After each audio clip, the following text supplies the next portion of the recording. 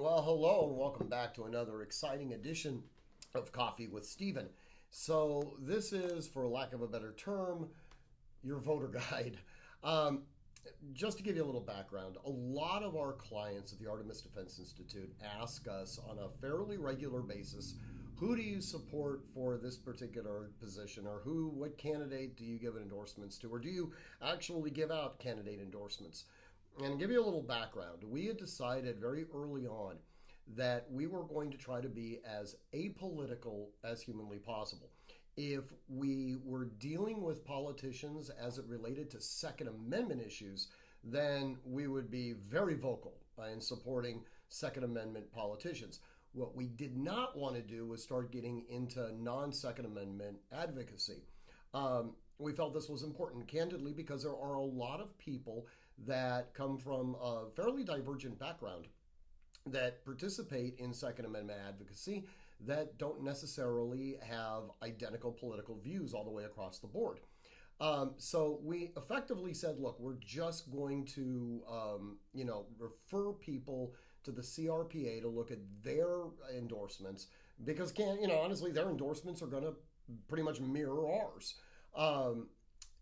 This is a little bit of a backtracking, though. We are going to formally endorse 3 candidates, and I am deeply going to encourage those of you who live within the jurisdictions of these 3 candidates to vote in this particular election. Number 1, Don Barnes. Now, during the original sheriff's election that had taken place back in June, many of you know we tacitly supported Under Sheriff Don Barnes.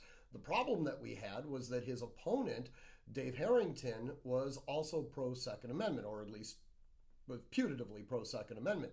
And because of that, and because there were a lot of people that fell in both camps, we, as an official endorsement, we would never say one way or the other. We did tell a lot of people that we as individuals were voting for Don Barnes. Now, in the runoff election between Don Barnes and Duke Wynn, there is no hesitation. Don Barnes absolutely receives our endorsement. And for any of you who are passionate about the Second Amendment, it is utterly incumbent upon you to ensure that Don Barnes, Under Sheriff Don Barnes, becomes the next sheriff of Orange County. The entire CCW that exists right now, the entire mechanism was developed by Don Barnes. So if you guys have permits, if you want permits, then you want to vote for Don. The other 2 candidates are current congresspeople, Mimi Walters and Dana Rohrabacher. Now, the reason that we've identified both of them is not because we have, unique relationships with either of those 2 candidates. Full disclosure, I have met Dana Rohrabacher before, and we do have actually a good relationship with his office, and he is my own personal representative since I live in Aliso Viejo. What is important for both of these individuals is that they have been targeted by the Democratic Party to have essentially flip seats. Now, you may have very specific issues with these particular candidates as it relates to, marijuana or water use rights or gay marriage or whatever. Honestly, I really could care less.